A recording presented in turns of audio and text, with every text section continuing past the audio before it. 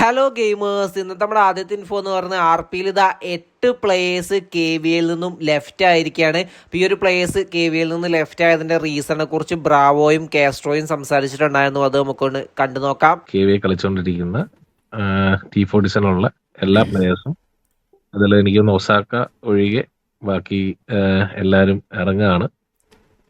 അത് ഇത്രേ ഉള്ളൂ. അതിൽ നിങ്ങളാരും വിഷമിക്കണ്ടെന്ന് ഞാൻ പറയത്തില്ല. വിഷമം ഉണ്ടെന്ന് അറിയാം, പക്ഷെ എങ്കിലും അതിൽ ആരോടും അവരോടൊരു ഹെയ്റ്റോ ഒന്നും തോന്നേണ്ട ആവശ്യമില്ല. കാരണം അവർക്ക് എല്ലാവർക്കും ഒരുമിച്ച് കളിക്കാനാണ് ആഗ്രഹം. ഈ പറയുന്നത് പോലെ എന്താണ് പറയാ, അവരെല്ലാരും പണ്ടോട്ടെ T40 ഒരുമിച്ച് കളിച്ച് വന്ന പ്ലേയേഴ്സാണ് എല്ലാവരും. അപ്പൊ അവർക്ക് എല്ലാവർക്കും ഒരുമിച്ച് കളിച്ചാൽ കൊള്ളാന്നൊരു ആഗ്രഹമുണ്ട്. അവരുടെ പഴയ, എനിക്ക് തോന്നുന്നു അവരുടെ ലീഡറും കോ ലീഡേഴ്സും അങ്ങനെയുള്ള പഴയ പ്ലേയേഴ്സ് എല്ലാവരും തിരിച്ചു വരുന്നുണ്ടെന്ന് തോന്നുന്നു. അപ്പം അവരെല്ലാരും ഒരുമിച്ച് കളിക്കാൻ വേണ്ടിയിട്ട് പോവാണ്. അപ്പോഴത്തേക്ക് അതിന്റെ പേരിൽ ആർക്കും അവരോടൊരു ദേഷ്യം ഇതൊന്നും തോന്നണ്ട. ഇപ്പം നമ്മളാണെങ്കിലും ഇപ്പൊ ഒരു എന്തെങ്കിലും ഇപ്പോഴല്ല, എന്തെങ്കിലും ഫ്യൂച്ചറിൽ ഇപ്പം ഗ്യാങ് നമുക്ക് നിർത്തേണ്ടി വന്നു കഴിഞ്ഞാൽ പോലും നമ്മളും ആഗ്രഹിക്കുന്ന അങ്ങനെ ആയിരിക്കും. ഈ പറയുന്ന പോലെ എവിടാണോ ഒരുമിച്ച് കളിക്കാൻ പറ്റുന്നത് അവിടെ ഒരുമിച്ച് കളിക്കാനായിരിക്കും നമ്മളും ആഗ്രഹിക്കുന്നത്. അങ്ങനെ ഒരു അവസരം അവർക്ക് കിട്ടിയപ്പോൾ അവരെല്ലാരും ഒരുമിച്ച് കളിക്കാൻ തീരുമാനിച്ചു. അതിൽ അവരെ കുറ്റപ്പെടുത്താൻ പറ്റത്തില്ല. നമുക്കാണെങ്കിലും അങ്ങനെ തോന്നത്തുള്ളൂ. അതില് അവരോട് നമുക്ക് ആർക്കും ഇവിടെയുള്ള ആർക്കും അവരോട് ഒരു ദേഷ്യവും ഇല്ല. അവരിവിടെ ഉണ്ടായിരുന്ന അത്രയും കാലം ഇവരെല്ലാരും അവരെ എന്താ പറയാ, നല്ല രീതിയിൽ തന്നെയാണ് എല്ലാവരും സ്നേഹിച്ചതും കണ്ടതും എല്ലാം. അപ്പൊ അവര് പോകുന്നതിന്റെ ഒരു വിഷമം ഇവിടെ എല്ലാവർക്കും ഉണ്ട്. ഇല്ലെന്നൊന്നും പറയത്തില്ല, എല്ലാവർക്കും നല്ലൊരു വിഷമമുണ്ട്. എങ്കിലും അവര് ഇപ്പൊ പറയാം, ഞാൻ ഒരു കാര്യം പറയുകയാണെങ്കിൽ എവിടാണെങ്കിലും അവര് ഹാപ്പി ആയിട്ട് കളിക്കുന്നതല്ലേ നല്ലത്. അപ്പം അവരോട് പറയാനുള്ളത്, ഞാൻ ഓൾറെഡി അവരോട് പറഞ്ഞായിരുന്നു, എങ്കിലും ഒന്നുകൂടെ പറയാം. അവരിവിടെ ഉണ്ടായിരുന്ന അത്രയും കാലം അവരുടെ 100% തന്ന് ഈ ഗ്യാങ്ങിന് വേണ്ടിയിട്ട് അവര് ഫുള്ള് എന്താ പറയാ കമ്മിറ്റഡ് ആയിട്ടാണ് നിന്ന് കളിച്ചിട്ടുള്ളത്. സോ അതിന് അവരോട് ഫസ്റ്റ് എല്ലാവരോടും ഇവരുടെ KVക്ക് വേണ്ടിയിട്ട് ഞാൻ താങ്ക്സ് പറയുന്നു. ഒസാക്ക ഞാൻ വന്ന് പറയുന്നത് എന്താ തെറ്റിദ്ധരിക്കണ്ട. ഇവരെന്നോട് പറയാൻ പറഞ്ഞതിന്റെ പേരും ഞാൻ വന്ന് പറയുന്നതേ ഉള്ളൂ. അതിന്റെ പേര് ഇനി അടുത്ത തെറിവെന്ന് പറയല്ലേ, ഇവരായാലും സംസാരിക്കാനൊന്നും പറഞ്ഞു വരല്ലേ. അല്ല, അത് അങ്ങനെ പറയേണ്ട കാര്യമല്ലോ. അത് പറയാനുള്ള റേറ്റ് അപ്പാപ്പനുണ്ടല്ലോ. പിന്നെ അതുകൊണ്ടാണ് നമ്മൾ പറയാൻ പറഞ്ഞത്. എല്ലാരും ഇറങ്ങി. T47 വന്ന എല്ലാ പ്ലേയേഴ്സും ഇറങ്ങി. ഒസാക്ക ഒഴിച്ച്. ഒസാക്ക ഇവിടെ ഉണ്ടാവും, പക്ഷെ കുറച്ചൊന്ന് ഇനാക്റ്റീവ് ആയിരിക്കും. അവന് അങ്ങനെ ആ ഒരു മൈൻഡ് സെറ്റ് ഇല്ലാന്ന് പറഞ്ഞു. അവന് എക്സാം കാര്യങ്ങളുണ്ട്. ഒസാക്ക ഒഴിച്ച് ബാക്കി T47 വന്ന എല്ലാ പ്ലേയേഴ്സും ഇറങ്ങി. ഫെക്സർ ഇറങ്ങി. ഇത് എല്ലാവരും ഗൈസ് എല്ലാവരും ഇറങ്ങി. എല്ലാവരും ഒരുമിച്ച് ഇറങ്ങും. ഒരാൾ ഇറങ്ങി പറയുമ്പോൾ പിന്നെ അവരെല്ലാവരും ഒരാളായിട്ട് നിൽക്കില്ല. അവർക്ക് അറിയുന്നതാണ്. അപ്പൊ അതുകൊണ്ട് അവരങ്ങനെ ഇറങ്ങി. സോ അവരെല്ലാരും ഫെക്സറിന്റെ കേസ് അറിയോ? അവര് ഒരുമിച്ചാണോ അറിയത്തില്ല. അവന് ഇറങ്ങുക തീരുമാനിച്ചിട്ട് ഫെക്സർ എനിക്ക് മെസ്സേജ് ആയിരുന്നു ഈ കാര്യം പറഞ്ഞിട്ട്. പക്ഷെ അവൻ വേറെ കാര്യമാണ് പറഞ്ഞുള്ളത്. അവന് വെറുതെ ഇതാക്കണ്ട, അവന് ഒന്ന് റിമോട്ട് കൊടുത്തേക്ക്. അവരുടെ എല്ലാരും ഇട്ട് കൊടുത്തേക്ക്. ഇതൊരു എന്തെങ്കിലും ഒരു നമ്മുടെ സൈഡിൽ ഒരു ഡിലേ വേണ്ട. പിന്നെ അതേപോലെ മൊയിലു ഒരു അപ്ഡേറ്റ് പറയാൻ പറഞ്ഞായിരുന്നു. ഈ പറയുന്നത് പോലെ ഇവിടെ അവൻ കളിച്ചിരുന്ന സമയത്ത് അവൻ 100% കൊടുത്താണ് ഈ ഗ്യാങ്ങിന് വേണ്ടി കളിച്ചിട്ടുണ്ടായിരുന്നത്. സോ അതിന് വേണ്ടിയിട്ട് നമ്മൾ അവന് വേണ്ടിയിട്ട് കുറച്ച് ഫണ്ട് ശേഖരിച്ച് വെച്ചിട്ടുണ്ടായിരുന്നു. അപ്പൊ അത് അവന് തന്നെ കൊടുക്കണമെന്നാണ് ഇവിടെയുള്ള എല്ലാവരുടെ ആഗ്രഹം. അപ്പം അവന് മെസ്സേജ് അയച്ചിട്ടുണ്ട്. എന്തോ അല്ല, അതങ്ങനെ തന്നെ കേട്ടെ. കാരണം അന്ന് നമ്മളത് അവന് കൊടുക്കാൻ തന്നെ. അതെ, അപ്പം അവന് തന്നെ കൊടുക്കാനാണ് നമുക്ക് ആഗ്രഹം. കാരണം ഇവിടെ ഉണ്ടായിരുന്ന സമയത്ത് എല്ലാരും അവനെ ഒരു അനിയനെ പോലെ കണ്ടാണ് സ്നേഹിച്ചിരുന്നത്. അപ്പൊ നമുക്കാർക്കും എന്താ പറയാ, അവര് പോകുന്നതിന് വിഷമമുണ്ട്, ദേഷ്യമൊന്നും ഇല്ല ആരോടും. അപ്പം ആ ഒരു ഫണ്ട് മൊല് പറഞ്ഞു അത് അവനെ തന്നെ കൊടുക്കണമെന്ന് പറഞ്ഞായിരുന്നു. അപ്പൊ ആ കേസ് അവനോട് പറഞ്ഞിട്ടുണ്ട്. അപ്പം ഹോക്കി അവന് മെസ്സേജ് ഇട്ടിട്ടുണ്ട്. ഹോക്കി എന്താ വെച്ചാൽ റിപ്ലൈ എന്താ വെച്ചാൽ പറയൂ കേട്ടോ. ചിലര് കർമ്മ എന്നൊക്കെ വന്ന് പറയുന്നുണ്ട്. മോനെ, നീ കേട്ടിട്ടുണ്ടോ കർമ്മ ഈസ് എ ബൂമറാങ് എന്ന് കേട്ടിട്ടുണ്ടോ? അത് ഒരു ബൂമറാങ് ആണ്. അത് പോയി കഴിഞ്ഞു കഴിഞ്ഞാൽ ഇറങ്ങി തിരിച്ചു വരും എന്ന് മാത്രം. റെക്കോർഡ് ചെയ്ത് വെച്ചോ. പണ്ട് നമുക്കൊരു ഡയലോഗ് ഉണ്ടായിരുന്നു, അല്ല പോലും കർമ്മയുടെ പറയുന്നു.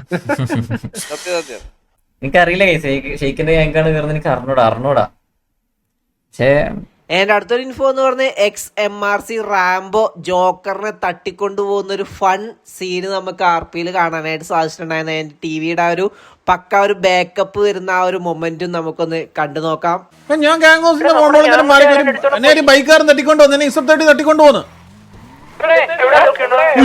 ചുമ്മാ പറഞ്ഞ സ്നേഹം ഉണ്ടെന്ന് അറിയാൻ വേണ്ടി.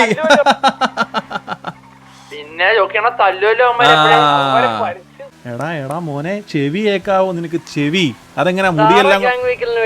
എടാ എന്നെ ഒന്ന് വിടടാ, എന്നെ ഒന്ന് വെറുതെ വിടടാ. എടാ എന്നെ തട്ടിക്കൊണ്ട് പോന്നടാ ഒരു ബൈക്കാരൻ. എടാ 5015. എടാ ഇവ നിർത്തുന്നില്ലടാ, ഇവനെ കൊണ്ടുപോകൂടാ ഇങ്ങോട്ടോ. 5015 വളവെടുത്ത് 5016 മല കയറി 5016. എടാ എന്നെ ഇവൻ മലയെ കൊണ്ടുപോകുന്നടാ ഇവൻ. ഗോഗു മോനെ 5015ന്റെയും 5016ന്റെയും മലയുടെ നടുക്കൊണ്ടാ ഞാൻ. എടാ ഇത് ആരാടാ ഇത്?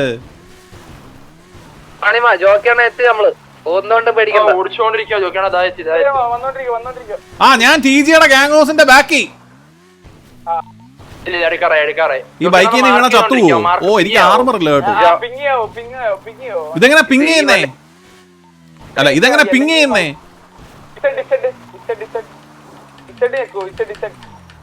മോനെ ഇസയുടെ ഫ്രണ്ടിൽ നോക്കി അങ്ങനെ നെക്കിയാ മതിയോടാ.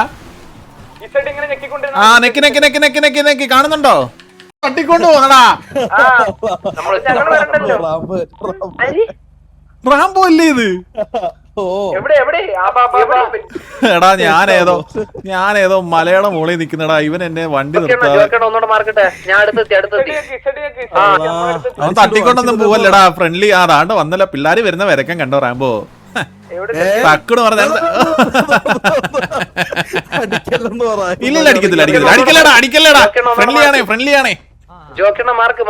ആ മോനെ മാർക്കൊക്കെ ഇട്ടാണ് പിള്ളേര് വന്നടാ.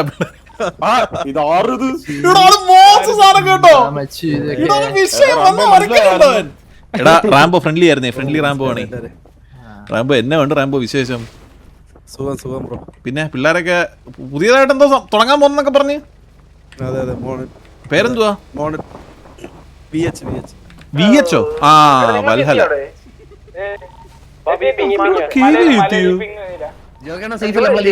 പിന്നെ ഒന്നുമില്ല മോനെ, ആ എൻട്രി ഉണ്ടല്ലോ അത് ക്ലിപ്പാക്കണം കേട്ടോ. അത് വിഷയമായിരുന്നു. ഓ ആരെ അടിക്കണ്ട എന്റെ പൊന്നു ജോലി. ആരെ അടിക്കണ്ട. റാംബോ ചുമ്മാ ഫ്രണ്ട്ലി ആയിട്ട് മിണ്ടാതിരുന്ന് എന്നെ പറ്റിക്കാൻ നോക്കിയതാ. അടിച്ചില്ലേ?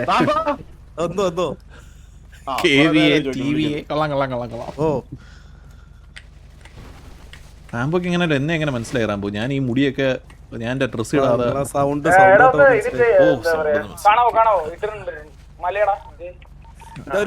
പരിപാടിയൊന്നുമില്ല. ഞാൻ ആ ഗാംഗോസിന്റെ ഫ്രണ്ടിൽ നിന്ന് ലിഫ്റ്റ് ചോദിച്ചല്ലേ, എന്നെ കയറ്റിക്കൊണ്ടൊക്കെ പോയില്ലേ? മനസ്സിലാവൂലെന്ന് വിചാരിച്ചു. എനിക്ക് മനസ്സിലാച്ചാ ഞാൻ മെറ്റ അടിച്ചാണ് ചെറുതായിട്ട് ചാറ്റ് നോക്കി. എൻ്റെ അടുത്തൊരു ഇൻഫോ എന്ന് പറയുന്നത് KVയിൽ നിന്ന് മാത്രമല്ല TVയിൽ നിന്നും ഒരു പ്ലെയർ ലെഫ്റ്റ് ആയിരിക്കുകയാണ്. അത് TVയെ ഒഫീഷ്യലി ഇൻസ്റ്റാഗ്രാമിലൂടെ അറിയിച്ചിട്ടുണ്ടായിരുന്നു.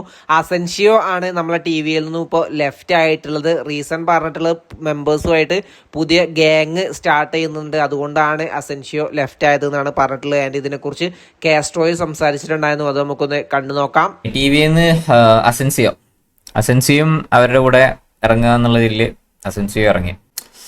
നീല് പോകുന്നുണ്ടാവില്ലടാ. എൻ്റെ അടുത്ത് വെച്ചിട്ട് നീല് പോകുന്നുണ്ടാവില്ല. ഞാൻ അസെൻസിയുടെ ഇവന്റെ കേസ് അറിഞ്ഞായിരുന്നു. അസെൻസിയുടെ ഓൾറെഡി പിന്നെ ഇതിന് മുന്നേ അറിഞ്ഞായിരുന്നു ഇങ്ങനെ ഇല്ല എന്നുള്ളത്. പക്ഷെ നീല് പോകുന്നുണ്ടാവില്ല. പൂവള്ളി ഇന്ദുചൂട ഇറങ്ങിയോ? എടാ T47 KV കയറി എല്ലാവരും ഇറങ്ങിയെന്ന് പറയുമ്പോൾ പിന്നെ പൂവള്ളി ഇന്ദുചൂട എന്ന് പറയണോ? എല്ലാവരും ഇറങ്ങി ഒസാക്ക ഒഴിച്ച്.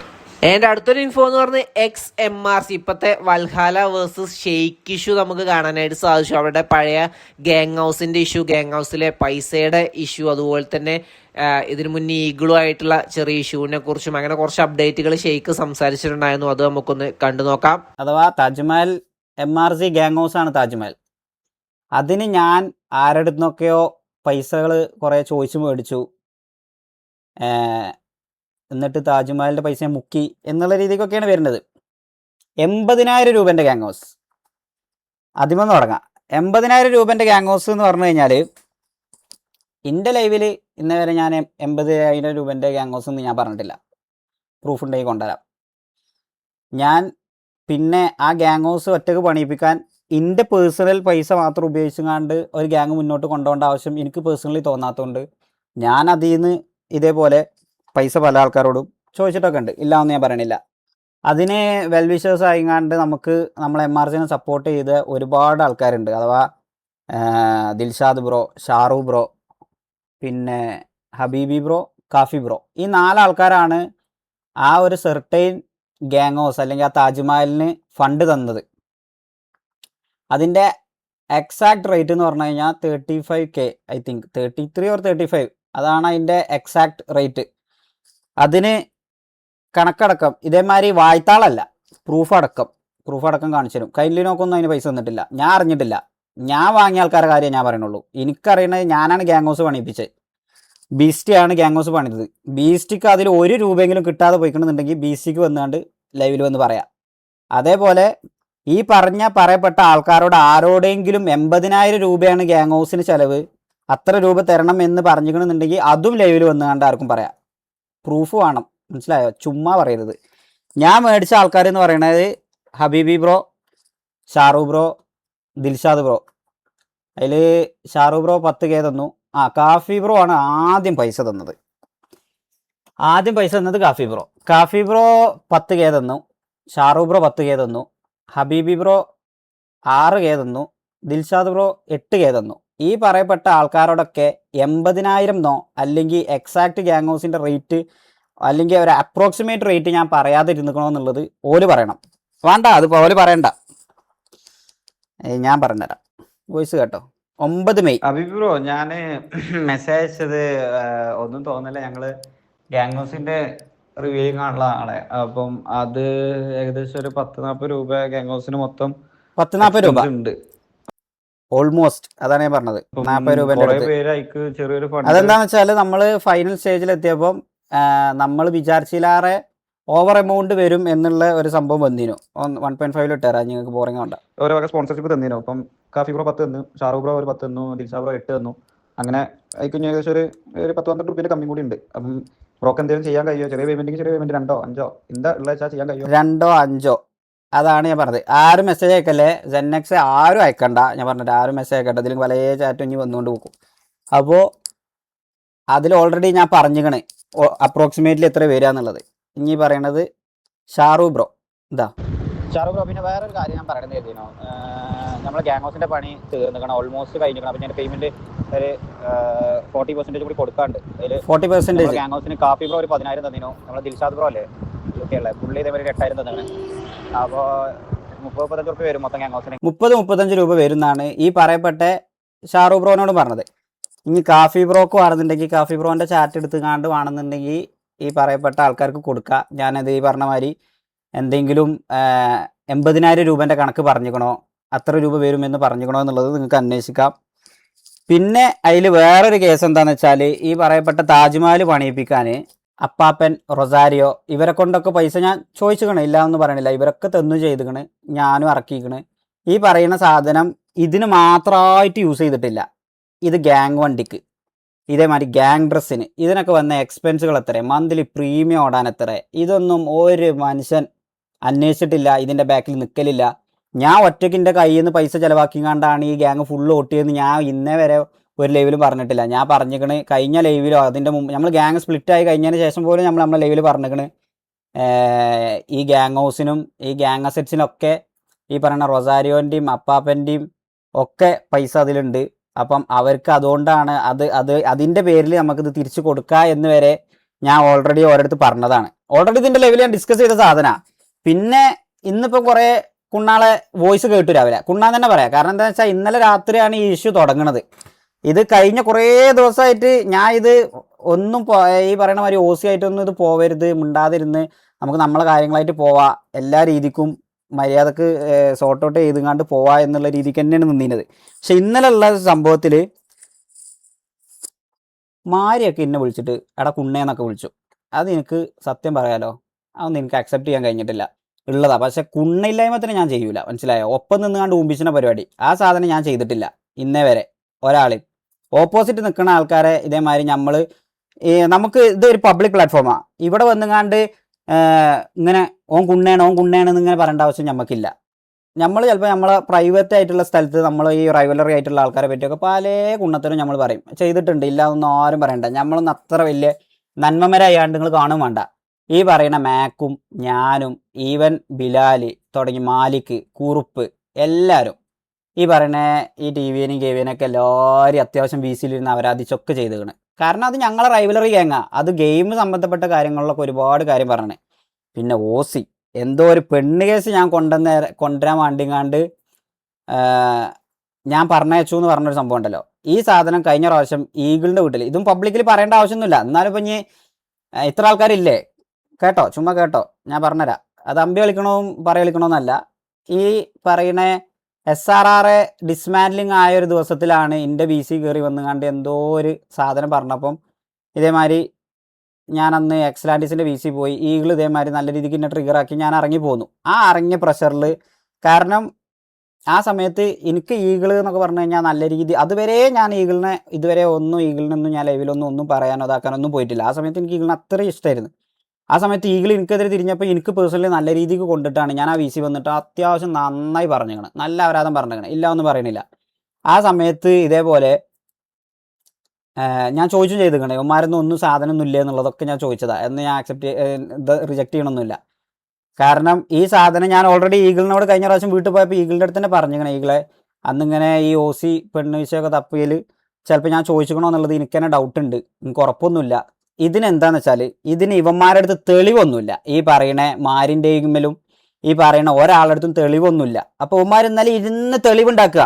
ഷെയ്ഖ് മാക്കിനൊക്കെ വിളിച്ചിട്ട്, ഷെയ്ഖ് അന്ന് അങ്ങനെ പറഞ്ഞില്ലേ, ഷെയ്ഖ് പറഞ്ഞിട്ട് തന്നെയല്ലേ നമ്മളത് ചെയ്തത്, ഷെയ്ഖല്ലേ ഇതിൻ്റെയൊക്കെ ബാക്കിൽ പറഞ്ഞിട്ടുണ്ടാവാം, മേ ബി. ഇനി ഉണ്ടെങ്കിൽ തന്നെ അങ്ങനെ ഒരു പെണ്ണ് കേസ് ഉണ്ട് എന്നുള്ളത് ഞാൻ മലക്കല്ല, മനസ്സിലായോ?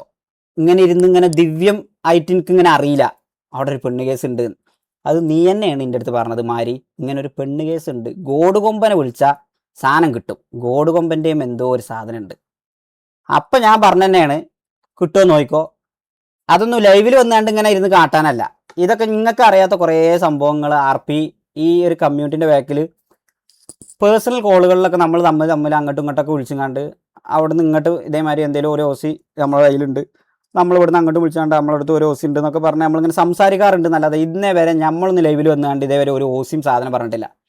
ഇവനാണ് ഈ പറയുന്ന ഗോഡ് കൊമ്പൻ്റെയിൽ എന്തോ ഉണ്ട് എന്ന് പറഞ്ഞുകൊണ്ട് എൻ്റെ അടുത്ത് പറഞ്ഞത്. ഞാൻ അതൊരൊറ്റ വട്ടമായിട്ട് ഞാൻ ചിലപ്പോൾ പറഞ്ഞിട്ടുണ്ടാവും. അതിൻ്റെ ബാക്കി കാര്യങ്ങളൊക്കെ നോക്കിയത് ഈ പറയുന്ന മാരി തന്നെയാണ്, ഇവൻ തന്നെയാണ് അതിൻ്റെത്, മനസ്സിലായോ? അല്ലാതെ ഞാൻ ഒരാളെയും ഇരുന്നാണ്ട് ഇതേമാതിരി OC കൊണ്ടുവന്നുകാണ്ട് ലൈവിൽ ഇരുന്നുകാണ്ട് നാറ്റിക്കണമെന്നൊന്നും ഞാൻ ഇന്നേ വരെ എൻ്റെ ലൈവിൽ. എടാ ഞാനത് ചെയ്ത് കഴിഞ്ഞാൽ ഞാൻ പൊട്ടനായില്ലടാ. ഞാൻ എന്താ ഒരാളെ കരിയർ, ഞാൻ ഇപ്പോൾ ഒരു എക്സാമ്പിൾ പറയാം. ഇപ്പോൾ ഈഗിൾ അത്രയും റെപ്യൂട്ടഡ് ആയിട്ടൊരു പൊസിഷനിൽ നിന്നാണ്ട് സ്ട്രീം ചെയ്യാണ്. നിങ്ങൾ ജസ്റ്റ് ഇങ്ങനെ തിങ്ക് ചെയ്താൽ മതി. അപ്പോൾ അങ്ങനത്തെ ഒരു സ്റ്റേജിൽ നിന്നുകാണ്ട് ഈഗിൾ സ്ട്രീം ചെയ്യുമ്പം ഞാൻ ഈഗിളിനെതിരെ ഇപ്പോൾ എന്തൊരു സാധനം കൊണ്ടുവന്നിട്ടാലും നിങ്ങൾ അവനെ ഇഷ്ടപ്പെടുന്ന അത്രയും ഓഡിയൻസ് എന്തിനാണെന്നുണ്ടെങ്കിലും സ്റ്റിക്ക് ഓൺ ചെയ്ത് ഈഗിളിൻ്റെ കൂടെ നിൽക്കുള്ളൂ. ഈഗിളിനെ നശിപ്പിക്കാൻ വേണ്ടി ഞാൻ നോക്കുകയാണെന്ന് കരുതി ഞാൻ പൊട്ടനായിങ്ങാണ്ട് ഞാൻ തൊലയുന്നല്ലാതെ എനിക്കെന്തെങ്കിലും സംഭവിക്കുമോ, അഥവാ എനിക്കെന്തെങ്കിലും ഒരു ഗ്രോത്ത് ഉണ്ടായിമെന്ന്, എനിക്ക് അവനെ ഊമ്പിക്കാൻ പറ്റും എന്നുള്ള ഒരു സാധനം മാത്രമേ, പബ്ലിക്ക് ഒരു സാധനം കൊടുക്കാൻ പറ്റും എന്നുള്ളൊരു സാധനം മാത്രമേ ഉള്ളൂ, അല്ലാതെ അതിൻ്റെ അപ്പുറത്തേക്ക് ഒന്നുമില്ല. അപ്പോൾ ഈ സാധനം എന്തായാലും ഞാൻ ചെയ്യൂല. അപ്പം ഇങ്ങനത്തെ ഈ പറയണ ഒപ്പം നിൽക്കുന്ന ആൾക്കാരതും അല്ലെങ്കിൽ OC ആയിട്ടൊക്കെ ഏറ്റവും കൂടുതൽ പോക എന്നുള്ളതൊക്കെ ഫീഡ് ചെയ്ത് തന്നീനതൊക്കെ MRC നിന്നീന സമയത്ത് ഫീഡ് ചെയ്ത് തന്നീനൊക്കെ ഒമാരന്നെ. പിന്നെ ഒരു പെർട്ടിക്കുലർ ടൈം എത്തിയപ്പം ഫ്ലഫിങ് ഗോഡൊക്കെ തിരിച്ച് ഗ്യാങ്ങിൽ കയറുന്ന സമയത്ത് അവർ പറഞ്ഞതാണ് OC ആയിട്ട് പോകരുത്. സ്പീഡോൻ്റെ ഇതേമാതിരി സ്പീഡോ അമ്പത്തൂരിൻ്റെ ഒക്കെ ഒരു ഇഷ്യൂ ഉണ്ടായിരുന്നു. ആ സംഭവത്തിന് ശേഷം ഇന്നേ വരെ MRCൻ്റെ സൈഡിൽ നിന്നോ അല്ലെങ്കിൽ ഇപ്പം RG7 തുടങ്ങാൻ പോകണം നമ്മളെ ലൈവിൽ നിന്നോ ഒരാളെ പറ്റി ഒരു OC പറഞ്ഞിട്ടില്ല. അത് ചെയ്യരുത് എന്ന് നമ്മൾ തീർത്തും വിചാരിച്ചതുകൊണ്ടാണ് നമ്മൾ ആ ഫുൾ സ്റ്റോപ്പ് ഇട്ടത്. നമുക്ക് ഇങ്ങനെ അല്ല ഇത് പോകേണ്ടതെന്നുള്ളത് മനസ്സിലായതുകൊണ്ടാണ് നമ്മളത് ചെയ്തത്. മാരി നീ ഇത് കാണുന്നുണ്ടെന്ന് എനിക്കറിയാം. ഞാൻ അടുത്തൊരു കാര്യം പറഞ്ഞുതരാം. ഈഗിള് ഇതേപോലെ 1 മണിക്കൂറോളം നിൻ്റെ പ്രൂഫ് അടക്കം ലൈവിലിരുന്ന് കാണിച്ചു കൊടുത്ത് ഈഗിള് നീ ഹാക്കിട്ട് കളിച്ചിക്കണ് തൊലിച്ചിക്കണ് എന്നൊക്കെ പറഞ്ഞിട്ടും നിനക്ക് എക്സലാൻഡീസിൽ ബാന് കിട്ടാത്തത് അത് വാലിഡ് പ്രൂഫ് അല്ലാത്തതുകൊണ്ടല്ല. ഞാൻ എന്നൊരാളാ MRCൻ്റെ അകത്തുണ്ടായതുകൊണ്ട് ഞാൻ ബ്രാവോനോട് കയ്യും കാലും പിടിച്ചുകൊണ്ട് ബാങ്ക് കൊടുക്കല്ലേ എന്നുള്ള ഒരു സംഭവം പറഞ്ഞതുകൊണ്ട് മാത്രമാണ് നീ ആ ഗ്യാങ്ങിൻ്റെ അകത്ത് കളിച്ചത്. അത് നിനക്ക് ഓർമ്മ ഉണ്ടായാൽ നിനക്ക് നന്ന്. ഇനി ഈ പറയുന്ന പോലെ ഗ്യാങ് സ്പ്ലിറ്റ് ആയ സമയത്തും മാരി എൻ്റെ കൂടെ ഇല്ല എന്ന് പറഞ്ഞപ്പം ബ്രാവോ തന്നെ പറഞ്ഞതാണ് അങ്ങനെയാണെന്നുണ്ടെങ്കിൽ മാരിൻ്റെ ഹാക്കിൻ്റെ കേസ് ബാൻ അടിച്ച് കൊടുക്കേണ്ടി വരും എന്ന് പറഞ്ഞപ്പോൾ ഞാൻ പറഞ്ഞിരിക്കണം ബ്രാവോനോട് കളിക്കുകയാണെങ്കിൽ കളിച്ചോട്ടെ ബ്രാവോ, ചുമ്മാ ഒരു പ്രശ്നത്തിന് പോകണ്ട, അവൻ കളിക്കുകയാണെങ്കിൽ കളിച്ചോട്ടെ എന്ന് ഞാൻ പറഞ്ഞിരിക്കണം. ഇല്ലാന്നുണ്ടെങ്കിൽ അത് ബ്രാവോ വന്ന് ബ്രാവോൻ്റെ ലെവൽ പറഞ്ഞോളൂ. അത് നിന്നോടുള്ള സ്നേഹത്തിൻ്റെ പുറത്തും നീ എനിക്ക് എങ്ങനെയായിരുന്നു എന്നുള്ളത് നിനക്കറിയാം. ഞാൻ നിന്നെ അങ്ങനെ കണ്ടിട്ടുള്ളൂ മാരി.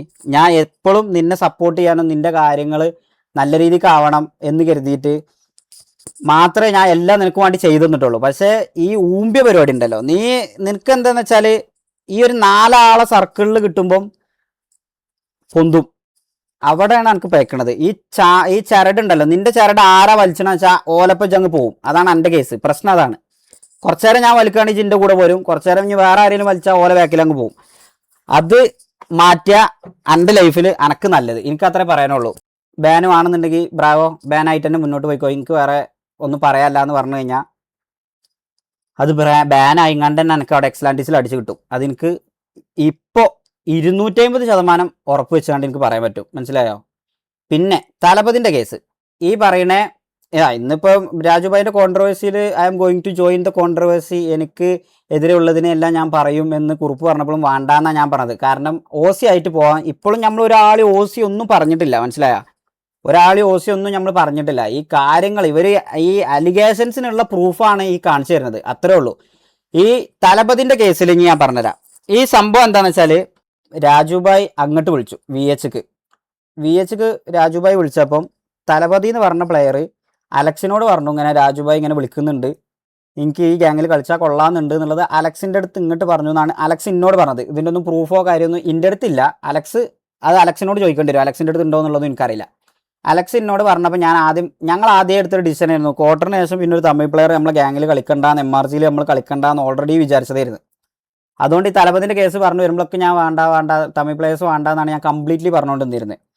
ആ ഒരു സമയത്ത് അലക്സ് എന്നോട് പറഞ്ഞു അവൻ അവിടുന്ന് വിളിക്കുന്നുണ്ട്, പിന്നെ അവൻ ഇവിടെ കയറാനാണ് ഇൻട്രസ്റ്റ്, ശരിക്കും നല്ല പ്ലെയറാണ്. ഞാൻ TDM ഇതേമാതിരി 1v1 കളിച്ചിട്ടുള്ളതിൽ വെച്ച് ആകെ ഈ പറഞ്ഞ പോലെ ടൈ ആയി നിന്നത്, അഥവാ TDMൽ 1v1 അലക്സ് കളിച്ചിട്ട് ടൈ ആയി നിന്ന ഒരേ ഒരു പ്ലെയർ അത് തലപതി മാത്രമാണ്. നന്നായി കളിക്കും എന്നുള്ള രീതിക്ക്